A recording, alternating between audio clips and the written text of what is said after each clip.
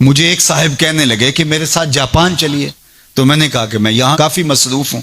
تو انہوں نے مجھے کہا کہ آپ ذرا چل کے دیکھیے تو صحیح، آپ کو 29 سال ہو گئے ہیں تبلیغ کرتے ہوئے، سمجھاتے ہوئے، اور 40 برس آپ کے والد گرامی کو بھی ہو گئے، اور پھر اس کے بعد آگے بھی آپ کے مشائخ، اور اسی طرح آپ اب مبلغین تیار کر رہے ہیں، جمعہ میں بھی یہی خطبہ ہوتا ہے، اجتماعات میں بھی یہی گفتگو کرتے ہیں. تو آپ جو تبلیغ کر رہے ہیں اور لوگوں کو یہ بتا رہے ہیں، یہ کوئی میرا فلسفہ نہیں ہے تو میں آپ کو جس کا پابند بنانا چاہتا ہوں، یہ تمہارے رسول کی سنت ہے.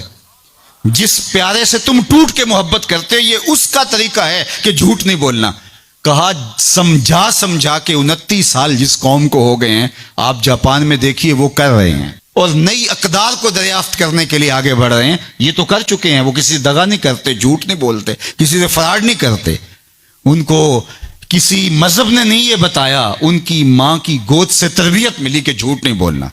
اس کی ماں کی گود سے تربیت ملی کسی سے دھوکہ نہیں کرنا، کسی سے فراڈ نہیں کرنا. کیا ہماری مائیں جو حضور پر درود پڑھنا سکھاتی ہیں، یہ کیوں نہیں سکھاتی ہیں کہ کسی سے فراڈ نہیں کرنا ہے، کسی سے دھوکہ نہیں کرنا ہے؟ ہم کیا ممبر و محراب سے ساری زندگی اب اسی مشن پہ لگے رہیں گے کہ یہ نہیں کرنا، اور دنیا کو تسخیر کرنے کا خواب شرمندہ تعبیر رہ جائے گا؟ یار جب بچہ ہوتا ہے کچی کلاس کے اندر تو اس کو پورنے ڈال کے دیے جاتے ہیں، آپ کو اگر یاد ہو تو، اور اس کے اوپر وہ لفظ لکھتا ہے، اور وہ میٹرک تک چلا جائے ابھی تک پورنے ہی جو ہے اس کو ڈال کے دینے پڑے، تو پھر وہ کس طرح ماسٹر کرے گا؟ یار ابھی تک ہم سچ بولنے کے عادی نہیں ہوئے، پوری کائنات کے اندر محمد عربی کا دین کیسے پہنچائیں گے؟ ہم کیسے پہنچائیں گے؟ دنیا کہاں سے کہاں چلی گئی اور ہم کہاں کھڑے ہیں؟ اکبر الہ آبادی نے کہا تھا، مس پہ ہے اپنی نظر اور سیم ان کے ہاتھ میں. ہم ابھی تانبے کو دیکھ رہے ہیں اور وہ چاندی بھی اٹھا کے لے گئے. اب وہ کائنات کو تسخیر کرنے جا رہے ہیں، اور ہمارا بھی یہ مرحلہ طے نہیں ہوا کہ ہمسائے کو تنگ نہیں کرنا چاہیے، ہمارا یہ مرحلہ طے نہیں ہوا کہ کسی کو تکلیف نہیں دینی چاہیے. انسانی سوسائٹی، انسانی معاشرت کے خد و خال ہیں واضح، اور اسلام نہ بھی ہو تو کفر کے معاشروں کے اندر بھی یہ پایا جا رہا ہے کہ ہمسائے کو تکلیف نہیں دینی، کسی کو دکھ نہیں دینا، فراڈ نہیں کرنا، جھوٹ نہیں بولنا، 2 نمبر چیز نہیں بیچنی. اور ہم کیا ہیں؟ ہم تو دوائیوں کے اندر بھی ملاوٹ کر لیتے ہیں، اور مسلمان ہم ہیں جیسے ہم عاشق رسول ایسے زمانے میں کوئی نہیں. اور جو جان بچانے والی دوائیاں ہیں ان کے اندر بھی ہم ملاوٹ کرتے ہیں. ہمیں شرم آنی چاہیے. ہم کھڑے کہاں ہیں؟ دل مسلمان ہے تیرا نہ میرا، تو بھی نمازی میں بھی نمازی، پڑھے جائیں نمازیں، یہ ٹکرے ہیں اور کچھ نہیں ہے. ہمارا دین ہم کو ایک ایسی پاکیزہ زندگی گزارنے کی تلقین کرتا ہے.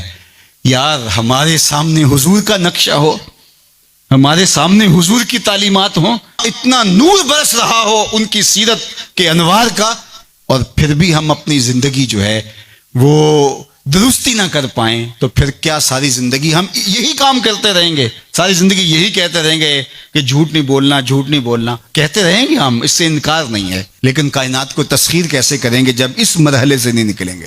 تو میری آرزو یہ ہے کہ دیکھو، میں نے اپنی قبر میں جانا ہے، آپ نے اپنی لحد میں اترنا ہے. میں اور آپ اپنے آپ کو یہ مت سمجھیے کہ وہ سنورے گا تو معاشرہ ٹھیک ہوگا. معاشرہ ٹھیک ہو نہ ہو، مجھے ٹھیک ہونا ہے. مجھے اپنی زبان کو کبھی بھی جھوٹ کی بدبو سے متعفن نہیں ہونے دینا. مجھے کبھی بھی کسی کو اذیت نہیں دینا، چاہے وہ میرا ہمسایہ ہے یا میرا دشمن بھی کیوں نہ ہے.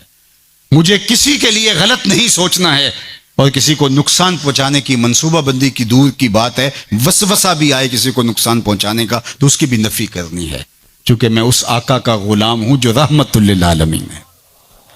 تو اس آقا کے لائے ہوئے نظام شریعت کو نافذ کرنے کے لیے ہمیں عملی قدم اٹھانا پڑے گا.